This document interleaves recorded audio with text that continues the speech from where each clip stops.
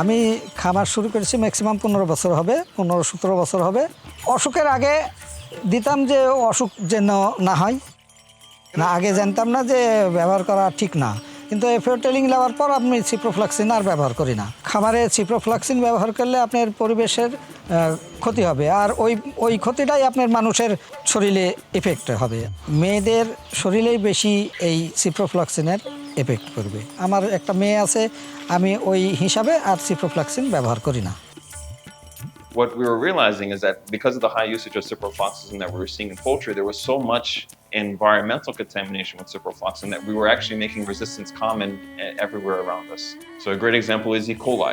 E. coli exists in our colon. It's supposed to be there. It helps us to digest our food, but it can also become a pathogen. It can lead to infections such as urinary tract infections.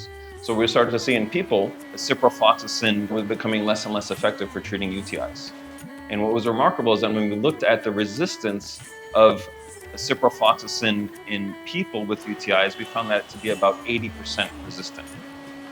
And when we looked in healthy poultry in the markets, their E. coli were 80% resistant to ciprofloxacin. So we were saying, actually, if we're using all this ciprofloxacin in poultry, we may actually be affecting the ability to use this drug in humans. তখন ভাবছিলাম যে antibiotic ছাড়া কি মুরগি হয়? হাস্যকর ব্যাপার। আসলে ওষুধ ছাড়া মুরগিই হবে না।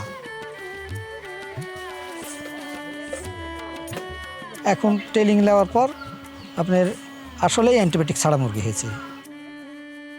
আসে মাঝে মধ্যে এসে দেখি আমাকে জিজ্ঞাসা করে, আমি সব কিছু বলি যে এই পদ্ধতিতে আপনারা মুরগি পালন করেন, ওষুধ লাগবে না। আপনি বাইরে থেকে আসলেন, হাত মুখ পরিষ্কার করি, আপনার খামারে স্যান্ডেল আছে, খামারের স্যান্ডেল পাই দিয়ে খামারে ঢুকলেন।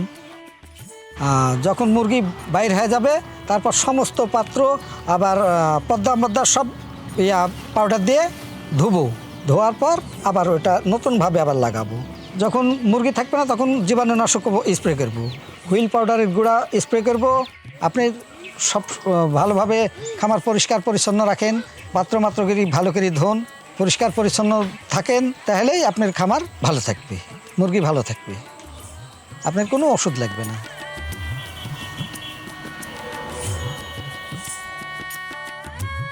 আমার দোকানে প্রিপারেশন আমি আগাগোড়া বিক্রি করি এবং এখনও করি, তবে কিছু নিয়ম মেনে চলি। আরও ভীষণ হলো একটা অ্যাপস, সেখান থেকে আমাদের একটা সিস্টেম করে দেওয়া হয়েছে। আর একটা নিয়ম আছে, যদি কোনো ডাক্তার প্রেসক্রিপশন নিয়ে আসে এবং সেখানে সিপ্রোসিন যে অ্যান্টিবায়োটিক যদি থাকে, তখন আমাদের নিয়ম আছে, ওইটাকে আমরা কপি করে আমরা এটা পাঠিয়ে দেবো যে এই ডাক্তার এটা ব্যবহার করছে। In our country, we are now already have developed some special model, as for example, Upajila to community model, UTC. Another important thing is the BARA, Bangladesh Antimicrobial Response Alliance. And third is the introduction of prescription system in the farmers level.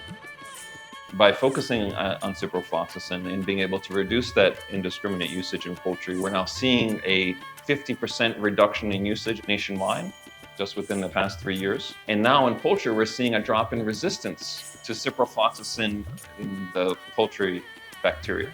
So we're hoping now that by seeing this drop in resistance in E. coli in poultry, that we'll start to see now a drop in resistance in UTIs in people. And that'll then be the ultimate chain of impact. That what we've done on poultry farms, through the BARA community, through the UTC program, is now actually helping doctors to be able to treat people with UTIs. And then we have a true One Health success story. And we're moving in that direction, and our message to the global health community is that AMR is a problem that we can have a positive impact on with the resources that we currently have.